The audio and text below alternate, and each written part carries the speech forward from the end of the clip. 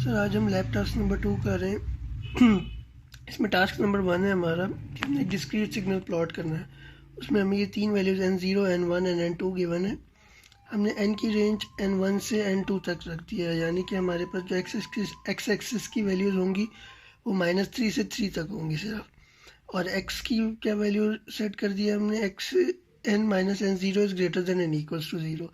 It means कि हमारी जो ज़ीरो से बड़ी वैल्यूज़ पे ये 1 होगा डिफाइंड और उससे छोटी पे 0 होगा ये, यानी कि ये हमें एक स्टेप सिग्नल की तरह का आउटपुट देगा। तो हम इसको रन करके चेक करते हैं। ये इसकी रेंज देखिए -3 से 3 तक है, क्योंकि हमने वो यहाँ पे n1 से n2 तक लिखा हुआ है n को, तो -3 से 3 तक आ गई। और ये x is equal to n minus n zero greater than equals to 0, which gives us this one value at greater than 0. So now moving to the task number 2. इसमें भी सेम वैसे ही है कि n0, n1 एंड n2 की values given है। यहाँ पे मैंने n1 n2 की वैल्यूज़ -10 से 10 तक कर दी है। n की रेंज वही n1 से n2 तक। x डिफाइन एयर के यहाँ पे इक्वल टू 0, यानी कि 1 पे हमें 0 वैल्यू देगा। It will give us the impulse signal. So अब हम इसको रन करते हैं, तो ये हमें कुछ इस तरह का आउटपुट दे रहा है। इसकी रेंज ये देखिए -10 से 10 तक है, और ये हमें 1 पे 0 1 पे 1 वैल्यू दे रहा है। So now moving to the lab task number 3। इसमें भी n0, n1, n2 की वैल्यूज़ गिवन है। ये हमें वैल्यूज़ इसलिए गिवन है क्योंकि हम डिस्क्रीट सिग्नल्स प्लॉट कर रहे हैं, तो हमें ये वैल्यूज़ गिवन होंगी। उसी तरह n की वैल्यू n1 से n2 तक है। यहाँ से हम इसकी रेंज चेंज भी कर सकते हैं। हम इसको 6 कर देते हैं, -6 to 6 कर देते हैं, -6 to 5 ही रहने देते हैं। -6 to 6 कर दिया। एंड अब हम इसमें एक्सपोनेंशियल सिग्नल प्लॉट कर रहे हैं। ये x is equal to 3 asterisk 0.5। ये दिस साइन मीन्स कि ये n जो है इस 0.5 की पावर में है, एक्सपोनेंट में मल्टीप्लाई हो रहा है। एंड देन स्टेम n वही रेंज है और x ये सिग्नल है।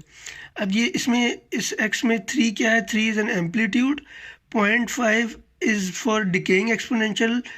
अगर हम इसको 1.5 कर देंगे तो ये ग्रोइंग एक्सपोनेंशियल हो जाएगा। इसको अगर हम डिकेइंग एक्सपोनेंशियली रहने दें और इसको रन करें, तो ये कुछ इस तरह का प्लॉट आता है, विच इज़ फ्रॉम -6 to 6, और इसका एम्पलीट्यूड 3 है। और अगर हम इसको डिकेइंग एक्सपोनेंशियल है, अगर हम 1.5 कर दें यहाँ पे, तो ये यूँ ग्रोइंग एक्सपोनेंशियल का ग्राफ बन जाएगा। सर ये लैब टास्क नंबर 3 का दूसरा पार्ट है, जिसमें हम अब एक साइनोसाइडल सिग्नल प्लॉट कर रहे हैं। उसी तरह n की रेंज n1 से n2 तक है। यहाँ पे n की रेंज हम चेंज कर देते हैं, यहाँ से इसको कर देते हैं -5 से 7 तक। ठीक है, वही इसी तरह रेंज डिफाइंड हो गई। अब इसी तरह वही कॉस का फार्मूला गिवन है, 3 cos 3 pi n+5, way 3 is the amplitude. बाकी वो कॉस सिग्नल जिस तरह कॉन्टीन्यूस में प्लॉट होता है, उसी तरह डिस्क्रीट में भी प्लॉट होगा, जस्ट लाइक दिस, इस तरह का। अगर हम यहाँ से इसको ये 3 यहाँ से हटा दें तो इसका एम्पलीट्यूड कम हो जाएगा, लाइक दिस। पहले 1 एम्पलीट्यूड था, अब ये 1 से कम होकर 0.3 समथिंग रह गया।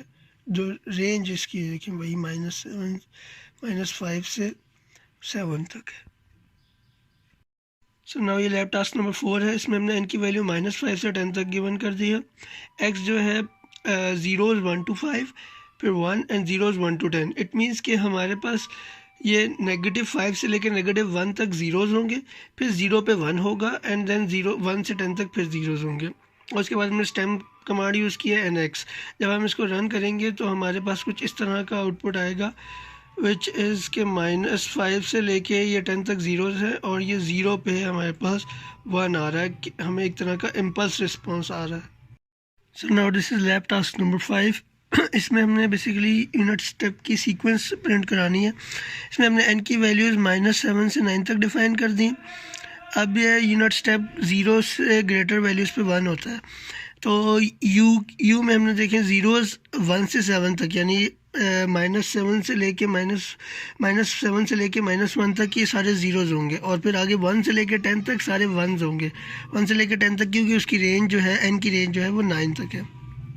तो जब हम इसको रन करते हैं तो ये कुछ इस तरह का आउटपुट आता है, विच इज़ के देखिए -7 से -1 तक ये ज़ीरोज़ हैं, और फिर 0 से लेके 10 तक ये 0 से लेके 9 तक, क्योंकि रेंज 9 है, 0 से 9 तक ये एम्पलीट्यूड 1 है। सर ये हमारा लैब टास्क नंबर 6 है। हमें इसमें एक एक्स ऑफ एन गिवन है 3u(n-3 minus sigma n-2 plus u of -n within the n की रेंज हमारे पास -3 से 3 तक गिवन है। अब हमने इसके कोड में एन की रेंज वैसे -3 से 3 तक डिफाइन कर दी। अब इसमें हमने जो u इज इक्वल्स टू, ये हमने यूनिट स्टेप फंक्शन डिफाइन किया है, और डी जो है वो यूनिट इम्पल्स फंक्शन डिफाइन किया है। उसके बाद वही हमने फंक्शन लिखा u और d की फॉर्म में। उसके बाद हमने स्टेम प्लॉट किया, एक्स लेबल और वाई लेबल डिफाइन किया और टाइटल दिया, और जब हमने इसको रन किया तो हमारे पास इस फंक्शन का ग्राफ कुछ इस तरह का आ गया, जो रेंज -3 से 3 के बीच में। सो ये टास्क 7 है। इसमें हमने फ्लिप सिग्नल प्रिंट कराना है। इसमें हमने वही एन की रेंज -3 से 3 तक डिफाइन कर दी। एक्स की वैल्यूज़ अब देखिए -3 से -1 तक 0 है, और आगे 1 से लेके 3 तक ये 1 है। इसको हम उस तरह भी डिफ़ाइन कर सकते हैं जैसे हमने पहले पीछे किया यूनिट स्टेप में। उसके बाद हमने सब प्लॉट लिखा। सब plot is for displaying original signal और फ्लिप्ड सिग्नल। स्टेम में उसको प्रिंट कराया ओरिजिनल सिग्नल को। अब नेक्स्ट हमने एक्स फ्लिप्ड को फ्लिप आर का फंक्शन यूज़ किया। एक्स की जो वैल्यूज़ हैं उनको फ्लिप कर दिया उसने, इस फंक्शन ने। फिर सब plot is for displaying the flip signal. जब हमने इसको रन किया तो हमारे पास कुछ इस तरह का आउटपुट आता है, जिसमें ओरिजिनल सिग्नल 0 1 2 3 पे हैं, और जब उसको हम फ्लिप वाले सिग्नल को देखें वो 0 -1 -2 -3 पे।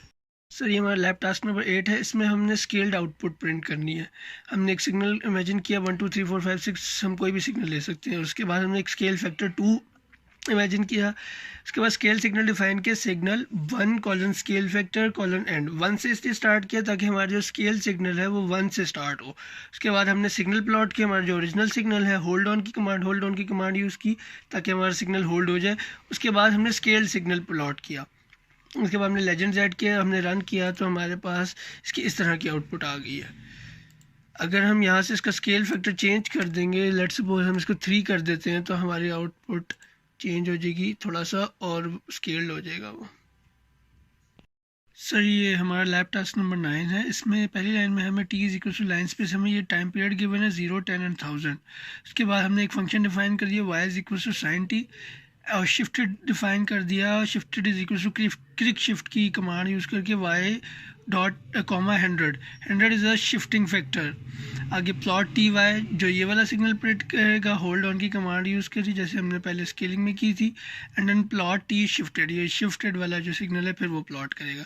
ये लेजेंड्स ऐड किए हुए, जब हम इसको रन करेंगे तो हमें इस तरह के शिफ्टेड सिग्नल देगा। हम यहाँ से इसका शिफ्टिंग फैक्टर चेंज भी कर सकते हैं। इसको 100 से हम इसको 200 कर देते हैं तो वो मज़ीद शिफ्ट हो जाएगा लाइक दिस। सो ये हमारा लैब टास्क नंबर 10 है। इसमें हमें एक टाइम गिवन है, लाइन स्पेसिंग जिसमें है 0 1 एंड 1000।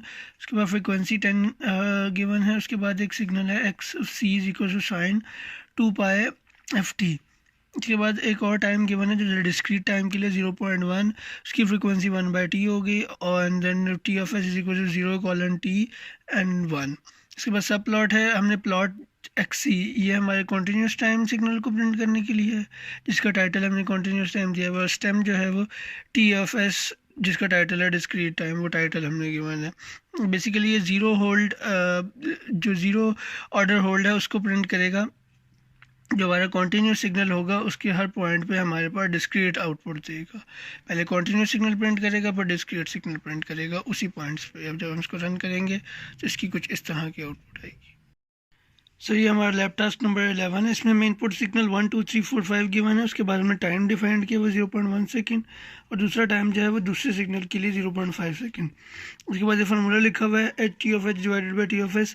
उसके बाद हमने एक आउटपुट सिग्नल को एक एम्प्टी सेट से डिफाइन किया हुआ ताकि वो आउटपुट पे उसकी आउटपुट आ सके। तो हमने लूप लगाया हुआ है। उसके बाद लूप के बाद वो सारे सब प्लॉट है, स्टेम कमांड है for plotting the discrete signal and then plot. Basically हम इसमें फर्स्ट ऑर्डर होल्ड जो है वो इम्प्लीमेंट किया। फर्स्ट ऑर्डर होल्ड जो है हमारा डिस्क्रीट सिग्नल जो होता है उसको एनालॉग में कन्वर्ट करता है, डिस्क्रीट सिग्नल को कॉन्टीन्यूस सिग्नल में कन्वर्ट करता है। डिस्क्रीट सिग्नल के हर पॉइंट पे हमें कॉन्टीन्यूस आउटपुट देता है।